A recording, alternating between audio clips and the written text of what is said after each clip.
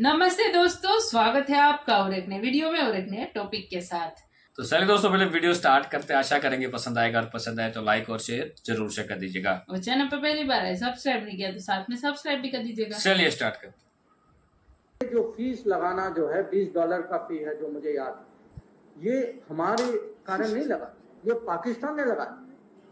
तो जो आपने जो आज बात रखी, ये दूसरे लोगों ने भी मुझे कहा है कि अगर आपने वीज़ा की अगर ज़रूरत नहीं है, अब पब्लिक की मांग है कि पासपोर्ट, क्योंकि बहुत सारे लोग हैं जो करतारपुर साहब जाना चाहेंगे पर उनके पास पासपोर्ट नहीं है। हमारी कोई सफारती सतह है, हमारी कोई सफारती हिकमत अमली है, हमारी कोई सफारती पॉलिसी है, हमारी कोई सफारती हैसियत है दुनिया में। पॉलिटिशियन ने ये बकायदा तौर पे बोला है कि अगर पाकिस्तान के पास एटम बम है तो इंडिया के पास पीएम मोदी है। पाकिस्तान के पास एटम बम हो सकता है, भारत के पास नरेंद्र मोदी है। और ये जो विषय जो है कि ये उस पर फीस नहीं लगनी चाहिए, तो मैं आपको बिल्कुल आश्वासन दे सकता हूँ, हम जरूर ये विषय जो है पाकिस्तान सरकार के साथ उठा के हम कहीं इसका कुछ फैसला करने की कोशिश तो करेंगे। आलमी सतह पर अपनी तन्हाई देख लीजिए, कदम पर आलमी सतह पर अपनी जग हंसाई देख लीजिए। आज की दुनिया में सफारती अहमियत उनकी होती है मैडम शेख जो मुआशी तौर पर मजबूत हों। मगर अब बात आ गई है भारत के ऊपर। क्या भारत अब मानेगा इस बात को, या वहाँ की जो नई गवर्नमेंट आएगी, चाहे किसी की भी आए, क्या वो इस बात के लिए आसानी से मान जाएगी कि पाकिस्तान के साथ ट्रेड करनी है, पाकिस्तान के साथ नॉर्मलाइज करना है? उस मुल्क की इज्जत क्या जो भिखारी हो।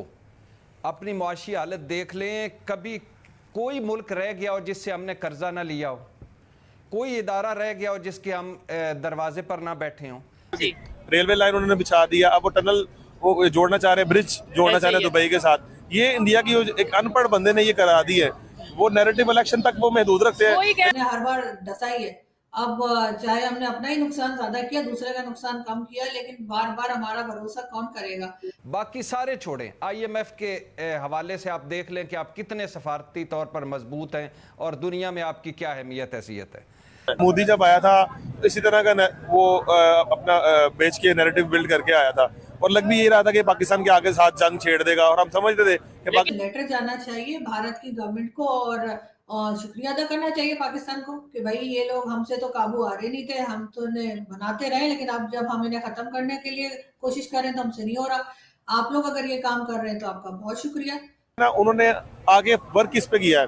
मोदी जैसे अनपढ़ बंदे ने अपनी एजुकेशन पे रिफॉर्म्स की हैं, उन्होंने अपनी हेल्थ पे रिफॉर्म्स की हैं, उनमें अपना इंफ्रास्ट्रक्चर, आपने देखा रिसेंटली वो जो इंडिया के अंदर हुई हैं डेवलपमेंट्स इंफ्रास्ट्रक्चर। अदरवाइज तो ये इल्जाम तो पाकिस्तान की एजेंसीज पे लग जाना चाहिए कि 3 साल से आपके यहाँ साथ वाली कंट्री से लोग आके मार के जा रहे हैं, आप लोगों ने जो पाले पोसे उनको, और आपको पता ही कुछ नहीं लग रहा।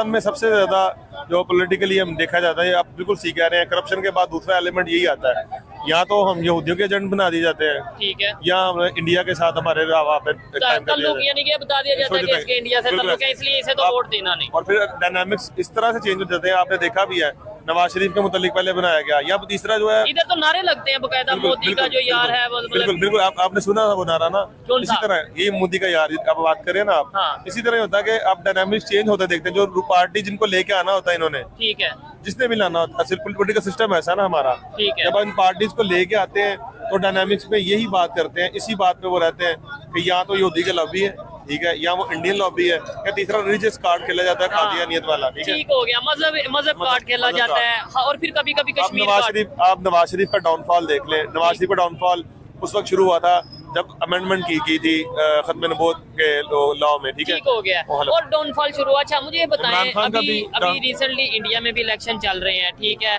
और वहाँ पे भी वैसे तो उनकी पब्लिक काफी हद तक, जब हम उनसे बात करते हैं, डिस्कशन करते हैं, वो ये कहते हैं कि अब हम वोट जो उनसे वो एजुकेशन की बेस पे, हेल्थ की बेस पे, डेवलपमेंट की बेस पे हम वोट देते हैं। लेकिन वहाँ पे भी कुछ पॉलिटिशियन देखने को आते हैं जो ये कहते हैं, खासतौर पे भी आजकल कांग्रेस के हवाले से पॉइंट आउट किया जा रहा है कि मतलब उन पे इल्जाम ये लगते हैं कि भाई इनके पाकिस्तान के साथ लिंक है। फिर उसके अलावा अगर देखा जाए, पॉलिटिशियन ने ये बकायदा तौर पे बोला है कि अगर पाकिस्तान के पास एटम पावर है, एटॉमिक बम है, तो इंडिया के पास पीएम मोदी है। क्या कहना चाहेंगे? बिल्कुल, ये नैरेटिव दोनों तरफ चलता है, और ये जो कि हमारी बोली कौम है अब देखिए मेरी बात सुने, मैं इस बात को एक छोटी सी मिसाल देके आपको एलैबोरेट करूंगा।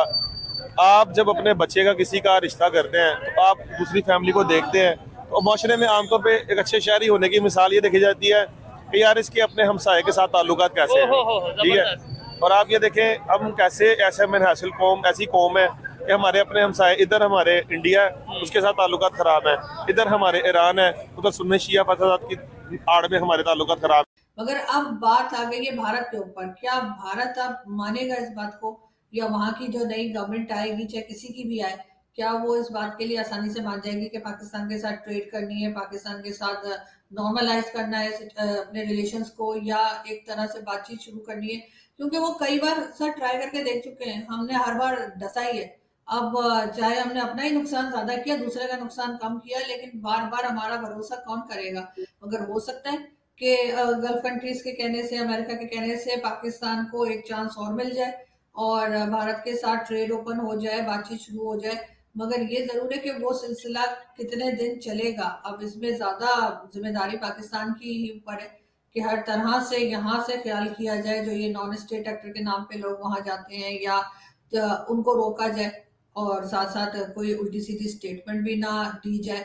तभी होगा। एक दूसरे को बर्दाश्त करने की जो हमने रिवायत कभी बनाई ही नहीं, वो हमें बनानी पड़ेगी। और लेकिन वो बनाएगा कौन? इसलिए कि आप जानते हैं कि पाकिस्तान को जो लोग चलाते हैं या जो पॉलिसीज बनाते हैं, वो हर कुछ दिन के बाद उनको फिर वही अपना सोचता है कि नहीं भारत तो हमारा दुश्मन है, और फिर उसी किस्म की कोई बात कर देते हैं, जिससे टेंशन ना जो है वो आ जाती है, दोनों कंट्रीज में टेंशन क्रिएट हो जाती है।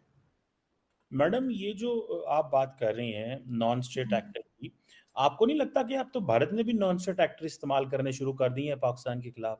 ये जो आप जिसकी बात कर रही हैं, अननोन गनमैन जो हैं, ये जो अगले दिन भी लोग मारे गए हैं, उधर लाहौर में एक बंदा मारा गया, क्या नाम है उसका, तांबा के पता नहीं क्या नाम था। सो ये जो है, how do you see this कि अगर कारोबार अब भारत अगर शुरू करना चाहिए या मतलब चीज़ें बेहतर होंगी, तो आपको नहीं लगता कि भारत को ये अननोन गनमैन जो है वो भेजने बंद करने पड़ेंगे? How do you see this? Sir पहली बात तो ये है कि भारत भेज रहा है, इस बात का कोई सबूत अभी तक हमें नहीं मिला।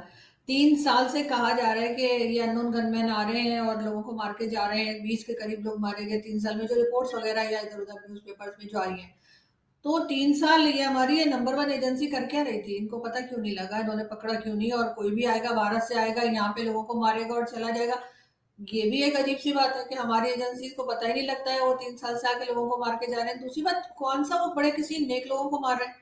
वो उन्हीं लोगों को मार रहे हैं ना जिनके नाम ऑलरेडी लिस्ट के अंदर है, जो टेररिस्ट रहे हैं या जिन्होंने किसी भी दूसरी कंट्री में जाके नुकसान किया है। तो यहाँ से तो मेरे ख्याल है एक ऑफिशियल लेटर जाना चाहिए भारत की गवर्नमेंट को, और शुक्रिया अदा करना चाहिए पाकिस्तान को कि भाई ये लोग हमसे तो काबू आ रहे नहीं थे, हम तो इन्हें बनाते रहे, लेकिन अब जब हम इन्हें खत्म करने के लिए कोशिश कर रहे हैं तो हमसे नहीं हो रहा। आप लोग अगर ये काम कर रहे हैं तो आपका बहुत शुक्रिया। लेकिन अगर ये पाकिस्तान ये इल्जाम लगाता है तो फिर पाकिस्तान ये भी बताए ना कि एजेंसी उसको क्या कर रही थी, सो रही थी कि मटर छील रही थी? क्योंकि अब तो सर मटर भी बन। थैंक यू दोस्तों, वीडियो को यहाँ तक देखने के लिए। बाकी दोस्तों वीडियो आपको कैसी लगी है कमेंट में लिखकर जरूर बता दीजिए। फिलहाल आपसे विदाई ले रहे, मिलेंगे और अपने वीडियो में आपके साथ। टिल देन, जय हिंद, जय भारत।